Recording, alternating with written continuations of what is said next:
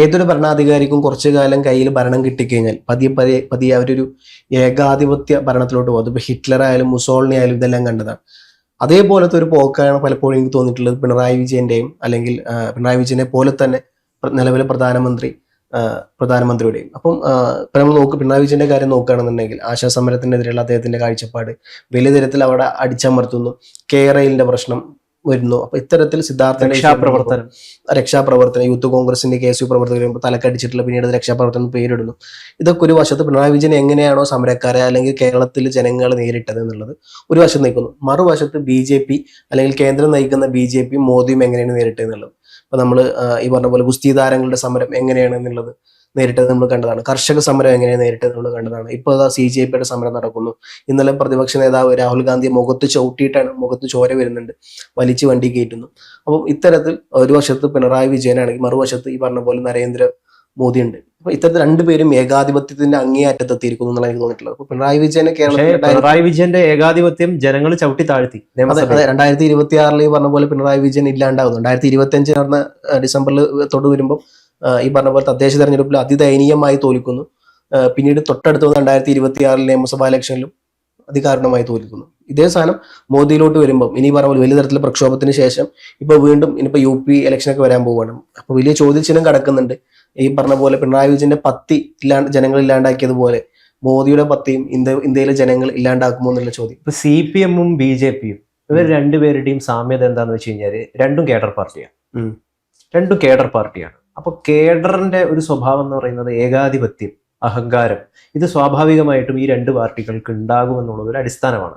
പ്രതിഷേധങ്ങളെ, സമരങ്ങളെ, അവർക്കെതിരെ വരുന്ന ഡിസന്റുകളെ അവര് ഇത്തരത്തിലുള്ള അടിച്ചമർത്തൽ പ്രവണതകളിലൂടെയാണ് നേരിടുക എന്നുള്ളത് ഒരു ചരിത്രമാണ്. ചൈനയിലെ സർക്കാരിനെതിരെ റോഡിൽ നിന്നിട്ട് പ്രതിഷേധം വിളിക്കാൻ പറ്റുമോ? നമുക്ക് പറ്റില്ല. റഷ്യയിലാണെങ്കിലും പറ്റില്ല. സോവിയറ്റ് റഷ്യയില് കുറച്ചൊക്കെ കുഴപ്പമുണ്ടാവില്ല. പക്ഷെ സ്റ്റാലിന്റെ നേതൃത്വത്തില് അല്ലെങ്കിൽ ലെനിന്റെ നേതൃത്വത്തിലൊക്കെ പറ്റില്ലായിരുന്നു. ഗ്രേറ്റ് പർജ് അടക്കമുള്ള വലിയ ഈ സർക്കാരിനെതിരെ ഒച്ചവെച്ച ആളുകളെ തുറങ്കലിലടക്കുകയും കൊന്നുകളയുകയും ചെയ്യുന്ന സാഹചര്യം ഉണ്ടായിട്ടുണ്ട്. അതേപോലെ തന്നെയാണ് ഹിറ്റ്ലറിന്റെ കാര്യമൊക്കെ പറഞ്ഞിട്ടുള്ളത്, മുസോളിനിയുടെ കാര്യമൊക്കെ. അപ്പൊ ഏകാധിപതികൾ എന്നും ഇങ്ങനെ തന്നെയാണ് എന്നുള്ളത് ഒരു വാസ്തവമാണ്.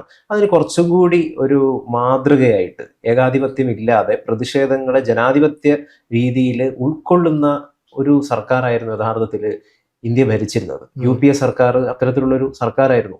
അതുകൊണ്ടാണ് നമ്മൾ കഴിഞ്ഞ ചർച്ചയിലും പറഞ്ഞ പോലെ 2016 ആ ഗവൺമെന്റിനെതിരെയുള്ള കറപ്ഷൻ അന്നാ ഹസാരെ വന്നപ്പോൾ ചർച്ചയ്ക്കും മറ്റു കാര്യങ്ങൾക്കൊക്കെ അവര് അവര് ഒരു അനുകൂലമായിട്ടുള്ളൊരു നിലപാടാണ് സ്വീകരിച്ചിട്ടുണ്ടായിരുന്നത്. അവരെ കേൾക്കുന്ന സാഹചര്യമാണ് ഉണ്ടായിട്ടുള്ളത്. അപ്പൊ അങ്ങനെയുള്ള കാര്യങ്ങളൊക്കെയാണ്. അപ്പം ആദ്യം പറഞ്ഞ കാര്യമാണ്, ഇത് രണ്ടും കേഡർ പാർട്ടിയാണ്. അപ്പൊ ഈ രണ്ട് കേഡർ പാർട്ടികളുടെയും സ്വഭാവം ഇവർ തീർച്ചയായിട്ടും കാണിക്കും. ഇപ്പോ രക്ഷാപ്രവർത്തനം എന്നതിന്റെ പേരില് തലമണ്ട അടിച്ചു പൊട്ടിക്കുന്ന സമീപനമാണ് മുഖ്യമന്ത്രിയുടെ ഗൺമാന്മാര്, ഏത് മുൻ മുഖ്യമന്ത്രി പിണറായി വിജയന്റെ ഗൺമാന്മാര് കാണിച്ചത്. കരിങ്കൊട്ടി കണ്ടു കഴിഞ്ഞാൽ പോലും വിറയ്ക്കുന്ന അല്ലെങ്കിൽ പേടിക്കുന്ന ഒരു ചക്രവർത്തിയെ പോലെ ഭരിച്ചിരുന്ന ഒരു ഭരണാധികാരി ആയിരുന്നു കേരളത്തിൽ ഉണ്ടായിരുന്നത്. ഇന്ന് അങ്ങനെയല്ല എന്നുള്ളത് നമുക്ക് അറിയാം. അതേ രീതിയിലുള്ള പ്രവണത തന്നെയാണ് യഥാർത്ഥത്തിൽ നരേന്ദ്രമോദി കാണിക്കുന്നത്. ഇപ്പൊ സോഷ്യൽ മീഡിയയിൽ ഉയരുന്നൊരു വലിയ കമന്റ് എന്താണെന്ന് വെച്ച് കഴിഞ്ഞാല്, പിണറായി വിജയന്റെ അഹങ്കാരം കേരളത്തിലെ ജനം എങ്ങനെയാണോ നിയമസഭയിൽ ചവിട്ടി താഴ്ത്തിയത്, അതുപോലെ ഒരു ഷോക്ക് ട്രീറ്റ്മെന്റ് BJPക്കും മോദിക്കും കൊടുക്കേണ്ടത് അനിവാര്യമായിട്ട് മാറിയിരിക്കുന്നു. എന്തിനാണ് അത് അനിവാര്യമായി മാറുന്നത്? ജനാധിപത്യം ഈ നാട്ടിൽ പുലരണമെങ്കിൽ ഇത്തരത്തിലുള്ള ഏകാധിപത്യ, അഹങ്കാരം, ചക്രവർത്തി മനോഭാവത്തെ ചെറിയ രീതിയിൽ ഒതുക്കേണ്ട, ചവിട്ടി താഴ്ത്തേണ്ട ഒരു അനിവാര്യത കൃത്യമായിട്ടുണ്ട്. അത് എന്തിനാന്ന് വെച്ച് കഴിഞ്ഞാൽ ജനാധിപത്യം പുലരാൻ വേണ്ടിയിട്ടാണ്. കാരണം നമ്മൾ ചൈനയല്ല, നമ്മൾ റഷ്യയല്ല, നമ്മൾ ഇറാനല്ല, അല്ലെങ്കിൽ മറ്റ് ഏതെങ്കിലും അത്തരത്തിലുള്ള സൗദി അറേബ്യയോ ഏകാധിപത്യ രാജ്യമോ അല്ല. നമ്മൾ ഇവിടെ ജനാധിപത്യം, ജനങ്ങൾക്കെതിരെ ഈ സർക്കാരിനെതിരെ വരുന്ന സ്വരങ്ങളെ കേൾക്കുക എന്ന് പറയുന്ന ഒരു രീതിയിലാണ് നമ്മളെ ഭരണഘടന പോലും രൂപപ്പെടുത്തിയിരിക്കുന്നത്. അപ്പൊ അതിനെ മറിച്ചുകൊണ്ട് ഏതെങ്കിലും ഏകാധിപത്യ പ്രവണത വരുന്നുണ്ടെങ്കിൽ അതിനെ ജനങ്ങൾ തന്നെ കൃത്യമായിട്ടുള്ള മറുപടി കൊടുക്കേണ്ടതാണ്. അതാണ് നമ്മളിപ്പോൾ കണ്ടുകൊണ്ടിരിക്കുന്നത്.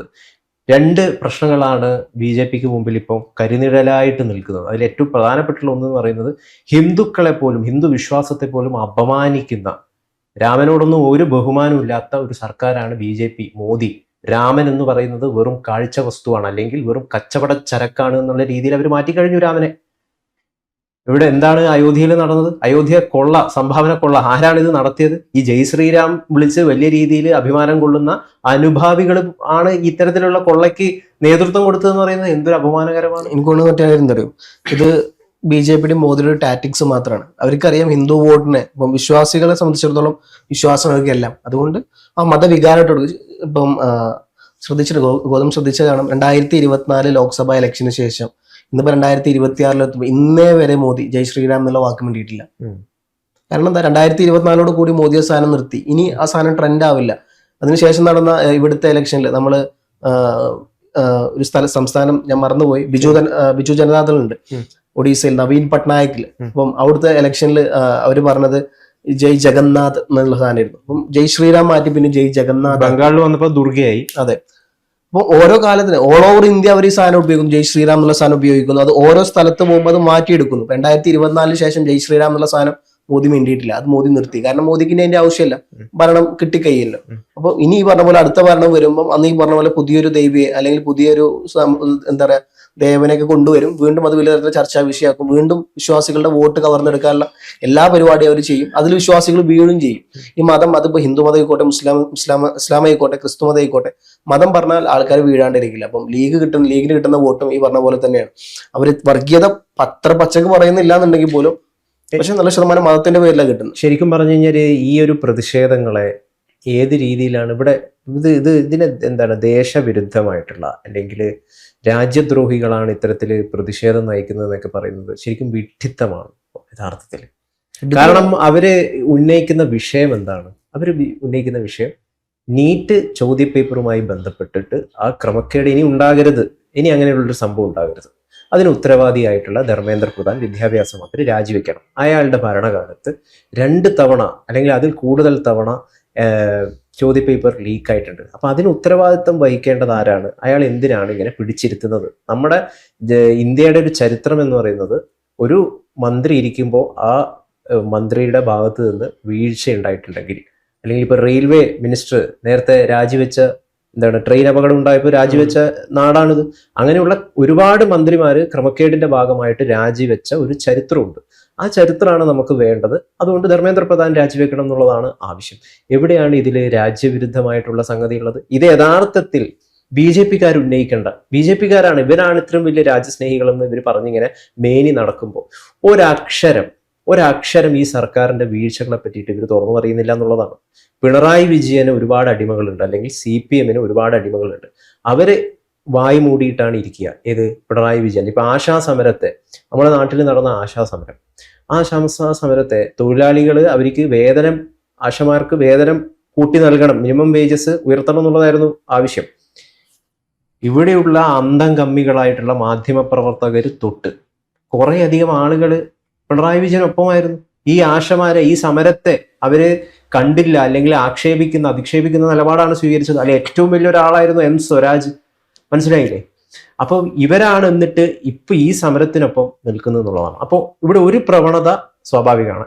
ഞാൻ ഇഷ്ടപ്പെടുന്ന ഒരു സർക്കാർ അല്ലെങ്കിൽ ഞാൻ ഇഷ്ടപ്പെടുന്ന ഒരു നേതാവിനെതിരെ നിങ്ങൾ എന്തെങ്കിലും മുദ്രാവാക്യോ അല്ലെങ്കിൽ സമരം വിളിച്ചു കഴിഞ്ഞാൽ ഞാൻ നിൽക്കില്ല എന്നുള്ളത് എല്ലാവരുടെയും ഒരു അടിസ്ഥാന സ്വഭാവമാണ്. അതിൽ അന്തം കമ്മി എന്നോ അല്ലെങ്കിൽ അന്തം സംഘി എന്നോ ഒരു വ്യത്യാസമില്ല. അതിൽ പിന്നെയും കുറച്ചും കൂടി മാനവികപരമായ രീതിയിൽ അനുഭാവപൂർവമായിട്ട് എതിർ സ്വരങ്ങളെ കേൾക്കുന്നത് എനിക്ക് തോന്നിയിട്ടുണ്ട് കോൺഗ്രസ്സുകാരാണ്. അപ്പം ഇക്കാര്യത്തോട് ഞാൻ യോജിക്കും, പലതരത്തിൽ വിയോജിപ്പുണ്ട്. എന്നിരുന്നാൽ പോലും ഇപ്പം CPM-ൽ എല്ലാവരും അതുപോലെയാണെന്ന് ഞാൻ വിശ്വസിക്കുന്നില്ല. നേരം ഏറിയ പങ്കും കേഡർ സ്വഭാവം അവർക്കുണ്ട്. അതുകൊണ്ടാണ് ഞാൻ പറഞ്ഞത്, കൊണ്ടെടുത്ത മോദിയാണ് എന്താണ് പിണറായി വിജയൻ എന്നുള്ള ഇത് എത്ര നാള് ഉണ്ടായിരുന്നു? എനിക്ക് തോന്നുന്നത് അഡ്വക്കേറ്റ് ജയശങ്കറാണെന്ന് തോന്നുന്നു കൊണ്ടെടുത്ത മോദി എന്ന് പിണറായി വിജയനെ ആദ്യം വിശേഷിപ്പിച്ചത്. അപ്പൊ ഇവര് രണ്ടുപേരും യഥാർത്ഥത്തിൽ ഒരു കോയിന്റെ രണ്ട് വശങ്ങളാണ്. ഏത്? നരേന്ദ്രമോദിയും പിണറായി വിജയനും. ഇത് രണ്ടും CPM-ഉം BJP-യും കേഡർ പാർട്ടികളാണ്. അടിസ്ഥാനപരമായിട്ട് ഏകാധിപത്യ പ്രവണത ഈ കേഡർ പാർട്ടികൾക്ക് ഉണ്ടാകും. അതിൽ ഏറ്റവും കൂടുതൽ ഏകാധിപത്യ പ്രവണത നിലവിൽ കാണിക്കുന്ന ഒരു രാജ്യം എന്ന് പറയുന്നത് ഏതാണ്? ചൈനയാണ്. ചൈന നമ്മൾ പോലും കഴിഞ്ഞ ദിവസം ചർച്ച ചെയ്തു, അവർ പുതുതായിട്ട് കൊണ്ടുവന്ന ബില്ലിനെ പറ്റിയിട്ട്, എത്നിക് യൂണിറ്റി ബിൽ എന്ന് പറഞ്ഞിട്ട് ഏക ഭാഷ അടിച്ചേൽപ്പിക്കുന്നു, മറ്റ് മൈനോറിറ്റി കമ്മ്യൂണിറ്റിയുടെ ഭാഷകളുടെയോ അവരുടെ സംസ്കാരത്തിന് ബഹുമാനം കൊടുക്കാതിരിക്കുന്നു. ഇത്തരത്തിൽ അവിടെ ഉയ്ഗുർ മുസ്ലിംസ് ഏത് രീതിയിലുള്ള പ്രശ്നമാണ് അവിടെ നേരിടുന്നത് നമുക്കറിയാം. അപ്പോൾ ആ ഒരു രീതിയിലേക്ക് ചൈന പോലെ, റഷ്യ പോലെ, ഇറാൻ പോലെ, സൗദി അറേബ്യ പോലെ ഏകാധിപത്യ പ്രവണതയിലേക്ക് സർക്കാരിനെ വിമർശിച്ചു കഴിഞ്ഞാൽ, സർക്കാരിനെതിരെ എന്തെങ്കിലും പറഞ്ഞു കഴിഞ്ഞാൽ തലമണ്ട അടിച്ചു പൊട്ടിക്കും എന്ന ഒരു പ്രവണതയിലേക്ക് ഇന്ത്യ നീങ്ങുന്നതിനോട് ഒരു രീതിയിലും നമുക്ക് അനുകൂലിക്കാൻ പറ്റില്ല എന്നാണ് പറയാനുള്ളത്.